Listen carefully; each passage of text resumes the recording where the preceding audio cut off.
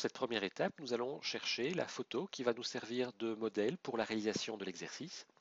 Donc je vous propose d'aller dans le menu Fenêtre, ensuite Visualiseur, vous faites Fichier, Ouvrir. Dans votre dossier d'exercice, vous allez chercher le fichier photo intitulé Modèle. Je clique et je clique sur le bouton Ouvrir. À droite, vous avez cette ici barre d'information qui ne nous sert à rien pour l'instant. Donc je clique sur cette icône.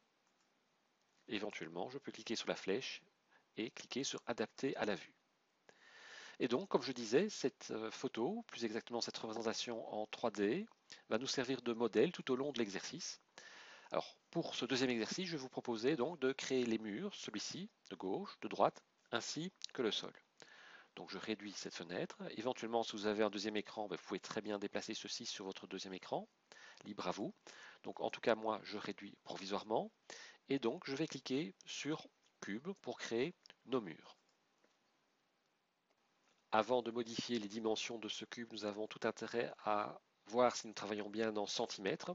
Remarquez, nous le voyons ici bien dans Gestionnaire d'objets. Si ce n'est pas le cas chez vous, eh bien vous appuyez simultanément sur les touches CTRL plus E. Alors chez moi, ça ne vient pas, si, voilà. Vous allez dans Unité et à droite d'afficher Unité, donc vous choisissez bien centimètres. Et vous fermez la fenêtre. Donc je resélectionne mon cube. Et donc ici, je vais changer les dimensions. D'abord la longueur. Nous allons taper une valeur de 500, donc de 5 mètres si vous préférez. Au niveau de la hauteur, donc Y, ce sera une valeur de 250 et Z 400. Nous avons donc maintenant un parallélépipède. Alors nous allons le placer sur la grille parce que pour l'instant, si j'appuie sur la roulette de la souris, je vois que ce cube est à moitié immergé dans la grille. Nous allons faire en sorte qu'il soit vraiment positionné à la base de cette grille. Alors, deux possibilités. Soit vous possédez dans le module externe le petit plugin intitulé Drop to Floor. Dans ce cas, vous cliquez dessus et là, votre parallélépipède est bien positionné sur la grille.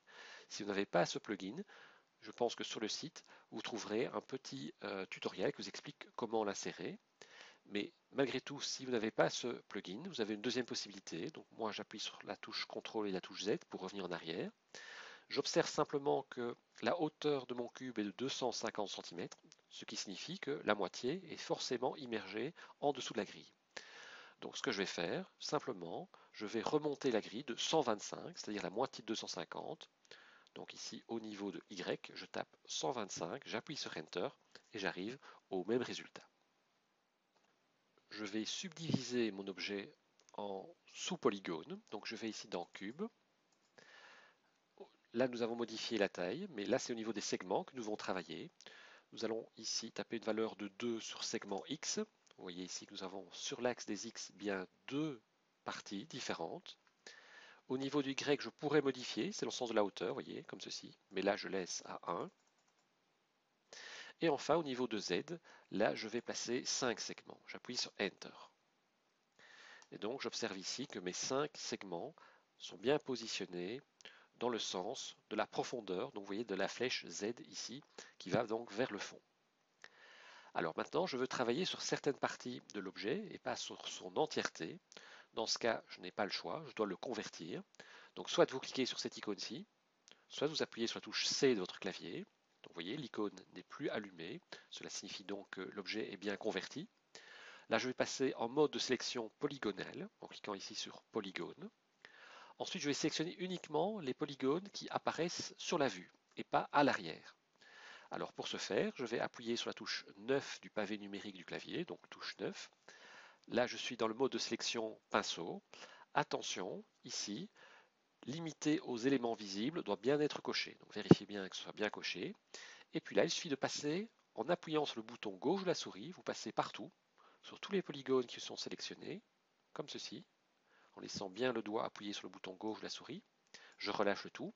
Alors concrètement, le résultat est que ces trois faces-ci ont été sélectionnées. Par contre, si je regarde ici, celle du bas et celle des deux autres côtés n'ont pas été sélectionnées. Alors je reviens approximativement comme ceci. J'appuie sur la touche Delete du clavier, la touche supprimer. Et là, l'objectif de l'étape est bien réalisé puisque il me reste le mur de gauche, le mur de fond et le sol. Alors, je vous propose déjà d'enregistrer votre travail en appuyant simultanément sur les touches CTRL plus S. Nous allons en vue dessus, vous appuyez sur la touche F2. Ensuite, je passe en mode de sélection par arrête, comme ceci. Nous sommes pour l'instant en sélection de type pinceau. Moi, j'aimerais passer en sélection rectangulaire, ce sera plus simple pour l'exercice. Vous appuyez dans ce cas sur la touche 0 du pavé numérique, 0. Alors, vérifiez bien que limiter aux éléments visibles cette fois est décoché. Et puis là, il vous suffit de tracer un rectangle, comme ceci, sur cette partie-ci. Vous relâchez. Ensuite, vous appuyez sur la touche majuscule. Vous laissez évidemment le doigt appuyer sur la touche majuscule et en même temps, vous tracez un deuxième rectangle. Ces deux parties-ci correspondent à quoi? Tout simplement au mur qui apparaît ici.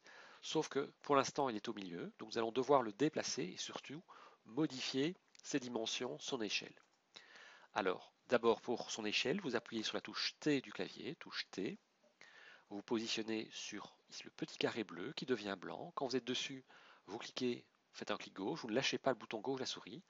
Et ici, nous sommes en train de diminuer sur l'axe bleu, donc dans le sens de la largeur, sa taille. Alors moi, j'aimerais arriver à 20%. Vous voyez, quand je bouge, la valeur change.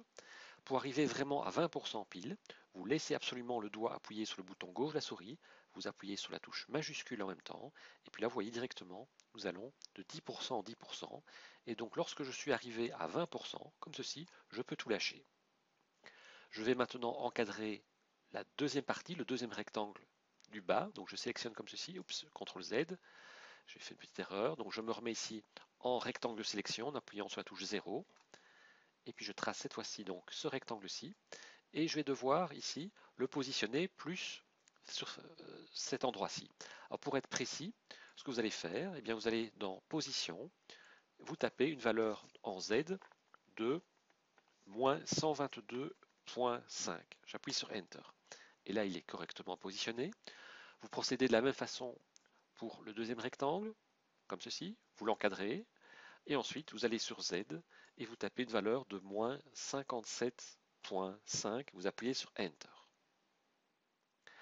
Alors maintenant, nous allons aller de nouveau en vue perspective en appuyant sur la touche F2 du clavier, F1 plutôt, F1. Donc voilà pour l'instant nos deux murs qui vont bientôt sortir du mur du fond, mais nous devons également déplacer cette ligne-ci. En effet, si nous reprenons notre modèle, cette ligne pour l'instant apparaît plus ou moins ici. Or nous voudrions qu'elle soit située à l'emplacement du meuble. Donc ce que je vais faire, je reviens en vue dessus, j'appuie sur la touche F2, je me mets bien en position arrête, je sélectionne ici cette ligne-ci. Comment? Je l'encadre de nouveau comme ceci. Ensuite, je pourrais également modifier sa position, mais pour travailler de manière plus précise, je vais directement taper la valeur au sein du paramètre X de position, et vous tapez une valeur de moins 160. J'appuie sur Enter. Je reviens en vue perspective, j'appuie sur la touche F1 du clavier. J'enregistre mon travail, j'appuie sur la touche CTRL plus S. À l'aide de la roulette de la souris, je me rapproche de cette zone-ci, et je vais sélectionner ces deux parties-ci, ces deux polygones. Donc je clique sur polygone. Je vais non pas avec le rectangle de sélection, mais plutôt avec le pinceau. Donc j'appuie sur la touche 9 du clavier. Je vais cliquer ici, soyez précis, donc ne faites pas ceci par exemple. Donc vous restez bien à l'intérieur comme ceci. Je clique une première fois. Ensuite j'appuie sur la touche majuscule et je sélectionne uniquement cette partie-ci. Nous avons donc ces deux polygones qui ont été sélectionnés. J'appuie sur la touche Delete pour les supprimer. Pourquoi les supprimer? Tout simplement parce que nous allons faire en sorte que ici deux petits murets ressortent de cette partie-ci. Donc je sélectionne ce premier polygone. Je vais me rapprocher, comme ça sera plus simple pour vous. Voilà. Ensuite, j'appuie sur la touche majuscule. Je sélectionne ce deuxième polygone. Et là, nous allons faire appel à la fonction extrusion.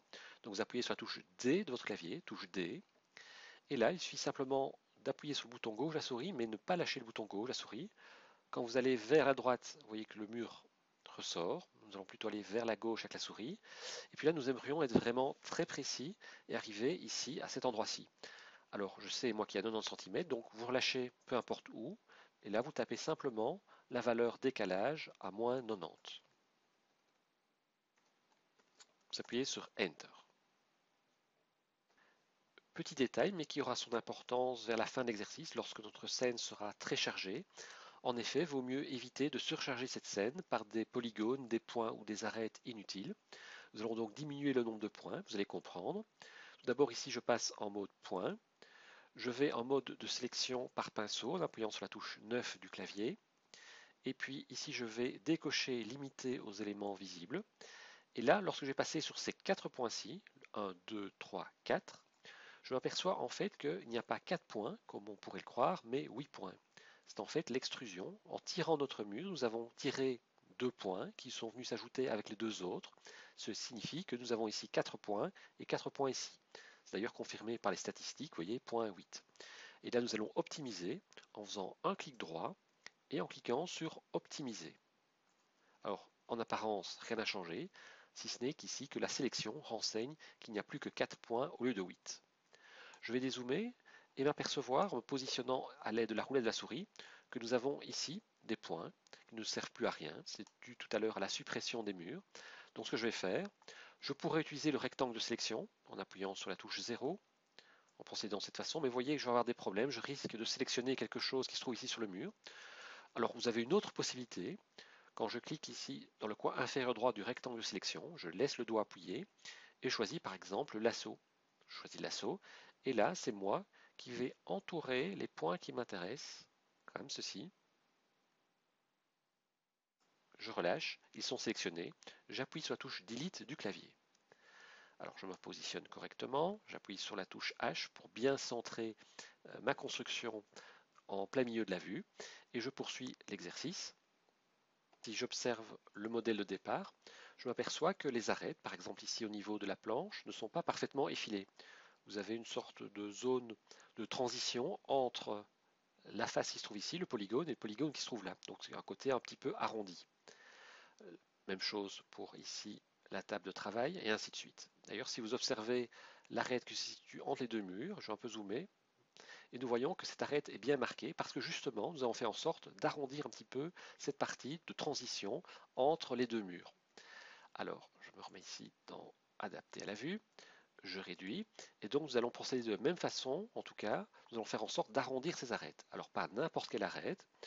Alors, je vais d'abord passer ici en X-ray. Alors, vous allez comprendre en quoi ça consiste. Si vous appuyez sur la touche N et puis la touche R, nous voyons ici une zone de semi-transparence. Ensuite, nous allons aller en pinceau, sélection pinceau, en appuyant sur la touche 9 du clavier. Et nous allons sélectionner ces arêtes-ci. Mais d'abord, évidemment, je dois ici cliquer en mode de sélection arête. Puis je passe à l'aide de la souris en laissant le doigt appuyé sur le bouton gauche de la souris sur toutes les arêtes. Celle-ci. Nous voyons ici que nous avons bien 9 arêtes sélectionnées. Alors oui, j'ai oublié peut-être de vous dire comment avoir les statistiques qui apparaissent à votre gauche.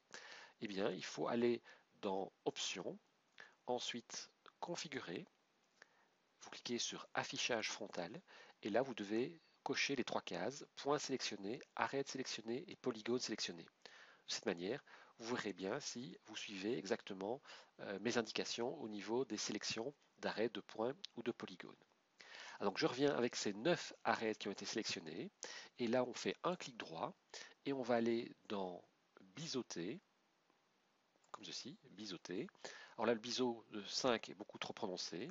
On va prendre un léger biseau, donc de 0,5. Alors pas la peine de taper 0,5. Si vous tapez directement 0,5 et puis Enter, le résultat sera le même. Je vais peut-être ajouter une petite subdivision.